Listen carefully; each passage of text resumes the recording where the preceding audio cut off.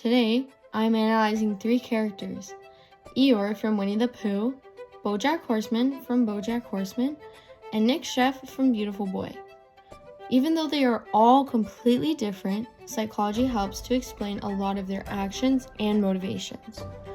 I'll be using ideas from the psychology unit, including ideas from Freud and Jung, to break down why these characters think and behave the way they do. Eeyore is usually seen as a sad and gloomy character, but in reality, there's actually a lot going on with him. He shows something called cognitive psychology, where basically he's so used to things going wrong that he doesn't even try to fix them anymore, and just feels unmotivated. Every time he loses his tail or something falls apart, he's already expecting the worst. Eeyore also has very low self-worth. He blames himself for everything, and even when it's not his fault. This kind of mindset is very common in depression. Along with this, Eeyore also does not have much self-efficiency because of his constant negative experiences, and pessimism make him believe that he cannot exceed, so he just stops trying. Freud would also say that Eeyore's superego is way too harsh. This superego is a part of our mindset that judges us, and Eeyore clearly talks to himself in a very critical way. Jung's idea also fits very well with Eeyore. He basically represents the shadow, the part of ourselves that holds sadness and insecurity. But what's interesting is that the rest of the characters accept him exactly how he is. Jung believed that if you want to live a happy life, you need to embrace your shadow, which is exactly what this character does. Even though Eeyore doesn't see his own value, it is very valued by others, which is connected to the idea that we interpret ourselves much different than others may interpret us. BoJack Horseman is a much more intense example of how psychology can shape someone's personality. His whole life is heavily influenced on childhood trauma and PTSD. His parents were very neglectful and emotionally abusive, which connects to family and the 3 ways they can affect you: through direct interaction, emotional identification, and stories from your family's past. He shows a fearful avoidant attachment style, meaning he wants a close relationship but pushes them away because he's very scared and worried that they're going to hurt him. This could be due to his parents being unsupportive and neglectful and having low authority towards him. BoJack also heavily struggles with addiction. The self-medication theory explains this very well. He uses drugs and alcohol to escape guilt, stress, and painful memories. This addiction becomes a cycle through negative reinforcement because substance temporarily reduces those bad feelings. Freud's idea helps explain BoJack's inner conflict. His id drives him to act impulsively, always chasing pleasure, attention, and anything that brings comfort.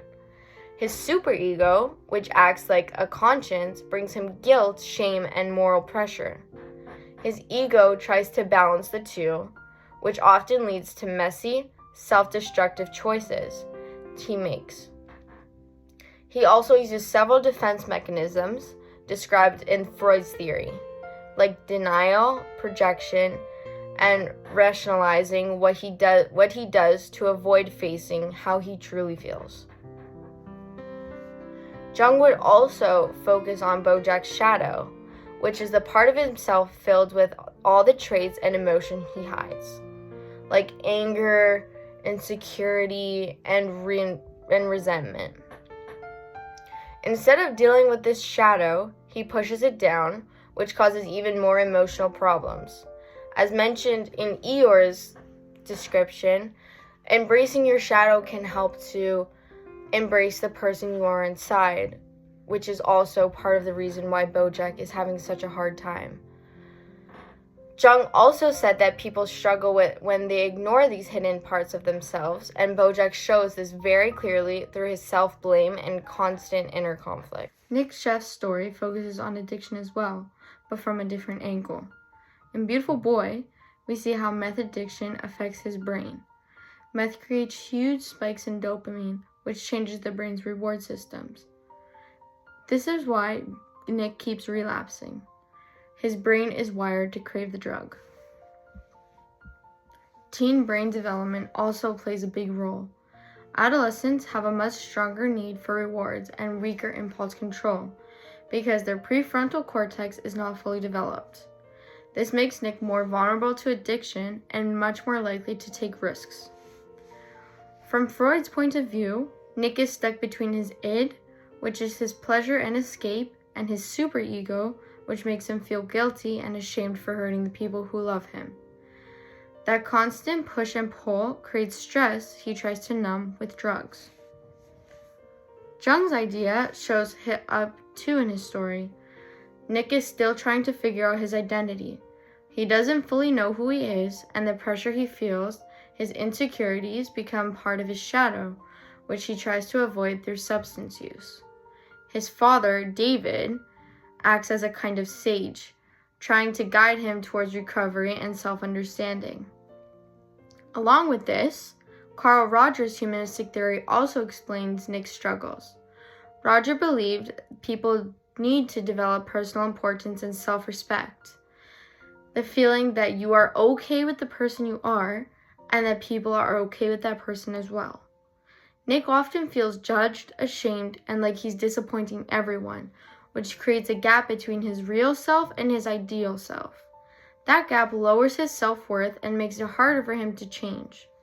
His recovery really begins when he starts receiving genuine empathy, support, and a safe environment where he can be honest and his mistakes will still feel valued. Eeyore, Bojack, and Nick Chef each show different sides of human behavior. Eeyore represents depressive thinking and the impacts of self-criticism. Bojack shows how trauma, addiction, and inner conflict can shape someone's entire personality. And Nick shows how brain development, environment, and identity struggles can influence addiction. Using Freud, Jung, and modern psychology helps us to understand these characters in a deeper and more human way.